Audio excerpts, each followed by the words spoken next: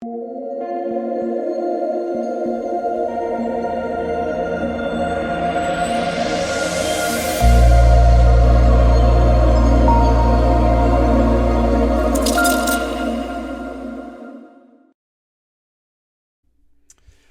what is going on, guys? It's DK. Back at you with another video here to show you guys how to win in the in-game showdown sites, the fourth quarter in-game showdown sites on DraftKings. But before I get into the video, if you guys are new to the channel, my name's DK. I make daily videos breaking down NBA, NFL, PGA, and esports, daily fantasy sports slates. Before we get into the video, I want to thank you guys again for the continued support, closing in on 7.25 thousand subscribers on YouTube, which is just crazy to think about, really. If you do enjoy this content, if you leave a like button on the video, subscribe to the channel if you haven't already, and hit the notification bell so you don't upload videos you don't like live, that would be greatly, greatly appreciated. If you guys cannot watch these videos, I do upload on Apple Podcasts. I have a link down below. And finally, if you're interested in signing up for premium content, I offer that on patreon.com. Also link below. You can check out the different packages. But I've been giving advice on these in-game showdown slates, the fourth quarter ones. And we've been winning a good amount of money in the Discord for the people that are in the Discord. So, with that out of the way, let's jump into the video. As you guys will notice, again, I'm in the top left corner of the screen for this one just because I wanted to show you guys, players and their points. If I'm in my normal spot in the bottom right, it kind of blocks it. So just going to be the top left corner for this part of the screen, for this video. But let me know if you guys do enjoy this type of content. I have a how to win in CSGO DFS video up. I have a how to win an NBA DFS video up.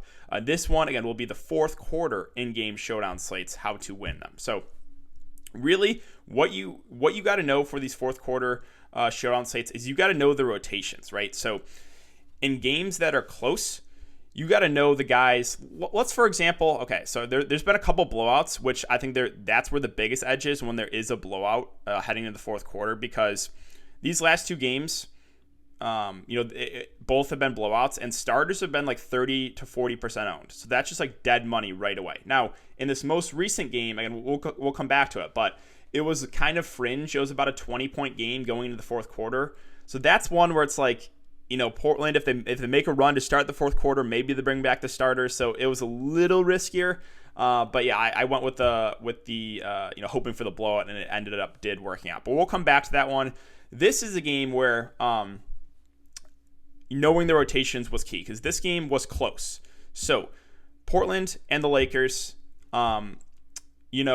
guys that basically, let's go over my lineup. So LeBron James in the captain with Anthony Davis, CJ McCollum, Schroeder, Cantor, and Gary Trent Jr.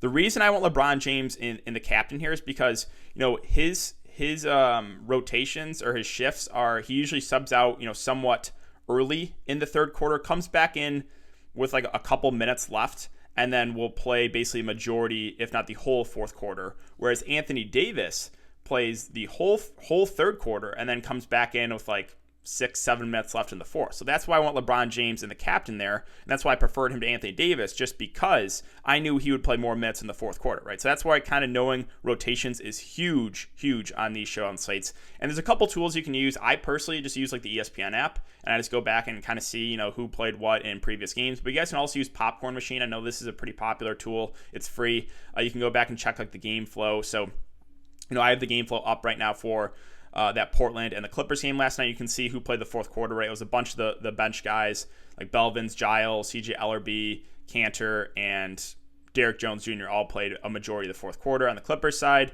some of the main guys for a little bit, and then they brought the end of the bench guys in to end the fourth quarter. But you can go back and study kind of previous games to see how the rotations work. But that's why I knew for this slate, at least, this game that stayed close, or at least for me, I wanted to prioritize LeBron over AD because I knew he'd play more minutes in the fourth quarter. And same thing with CJ versus Lillard. So I played CJ McCollum over Damian Lillard because same thing. Damian Lillard plays the whole third quarter, rest for first 5 or so minutes in the fourth quarter, then comes back in. But CJ is a guy that checks out earlier in the third quarter, comes back in to start the fourth, and basically plays the entire fourth quarter. So that's why I want CJ McCollum there over Damian Lillard. And that's why, again, there's an edge to knowing the rotations. Now, Enes Kanter as a value guy, the reason I put him in there is because he's a guy that usually will check in late in the third quarter, will play usually to middle of the fourth quarter, then check out if the game's close for a guy like Nurkic. And Kanter's a good point per minute guy, so I included him in there. Gary Trent Jr., again, when he's healthy, he usually will check in later in the third quarter, play shift into the fourth quarter. He got hot. And then Schroeder was just a guy that I knew would get some decent minutes in the fourth quarter. It wasn't great, but That's basically the review of my lineup for a game that stayed close. Now, the games that blow out, this is where there's a huge edge. And last night, I was in first place. This is $10 entry. I was winning $2,000 until literally the last second. Otoro had like a bucket at the end to push me out. Again, I was literally in first place. So that was super, super tilting. But let's go over my lineup for this one, right? So, and this game was fringe blowout, but I was banking for the blowout. It ended up happening. Well, the two guys that are two guys mainly that are in the regular rotation, Ivica Zubac and Enes Kanter. And the reason I went with these two guys is, again, they check in. They're the backup center. So they check in usually late in the third quarter. We'll play a shift, into the fourth quarter. And then depending on how the game goes, usually we'll check out for the starters at the end. But, Kanter, again, got a little bit lucky. He played the whole fourth quarter. Did not expect that. So that's why I played both Zubac and Kanter, plus the fact that they're both good point per minute guys. So that's why I included them. Zubac was only 24% owned. Kanter was a little higher owned. And then, again, I want to target in games that blow out, I want to target the young guys off the bench because they will get extended. So Luke Kennard is a guy off the bench that is in the regular rotation. Was hoping he could do a little bit more. I think he played decent minutes. Where is he at?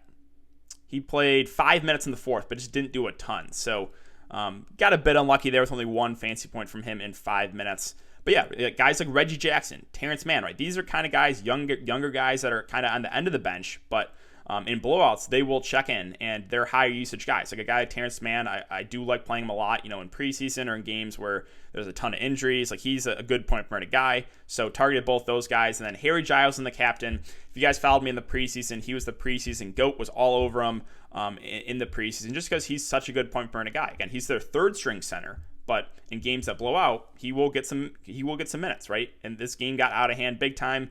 He checked in with 8 minutes to go, I believe. Let's see, when did he check in? Basically 8 minutes to go. So he played the last 8 minutes in the fourth quarter. I put him in the captain just because he's a very, very high usage guy when he's out there. So that's my lineup. Again, had first place literally until the last second. Let's go over my lineup from two games ago. So this was the Pelicans and the Suns. This game was pretty easily out of hand already, so felt really comfortable targeting the backups. Well, let's go over the guys in my lineup. NAW, Cameron Johnson, Jackson Hayes, Javon Carter, Kaminsky, Melly. NAW, again, preseason GOAT. Love targeting this guy. Not like a main part in the regular rotation, but when you know he's going to get minutes, when you know there's a blowout, you want to target the high usage guys off the bench. And NAW is one of those guys. I put him in the captain. Again, I told everyone in Discord to play NAW in the captain. He had 9 points, 3 assists, and a steal in that time. So that was really solid. Cameron Johnson is in the regular rotation. I knew he probably wouldn't play the whole fourth quarter, but he checks in later in the third quarter. I figured he would at least get 5 or 6 minutes in the fourth. That's why I played him. Jackson Hayes, kind of the same thing. He's like the backup center. He played a little bit in the fourth quarter, not the entire time, but again, he's a higher usage guy. And then I kind of just played like the end of the bench guys. So Frank Kaminsky, he's like their third string big. But again, that game was completely out of hand. He was gonna play. Nikola Melli, right? Not really in the regular rotation, but he was only 17% owned. And then Javon Carter, if he could have just made a shot in the last few minutes, he had like 3 or 4 shots he bricked in the last couple of minutes. If he just makes 1 or 2 of those, I win first. He did not hit a shot. So I entered 2 lineups again with the same one, but that was super tilting. Could have won that one too. So literally was this close in back-to-back showdown slates. And then finally, this was 4 games ago. This was Minnesota and the Lakers, and this game was completely out of hand. So again, you knew to play, or I knew to play, the backup guys or the end of the bench guys. So I went with Montrezl Harrell in the captain spot, and this was a little risky because again, he's in the regular rotation. I was hoping he would get a little extra run in the fourth. I kind of had a quick hook on him, so he didn't play a ton. But he was still, solid, 4 points and assist in his time. Now, Juancho, I figured he would play the garbage time. He didn't, so that was one where I missed on. But yeah, THT, again, another one of those preseason GOATs we know is a very high usage guy. Like these are type of guys I want to target in these fourth quarter showdown sites if the game does blow out, right? The end of the bench guys that will be leading the offense when they're out there.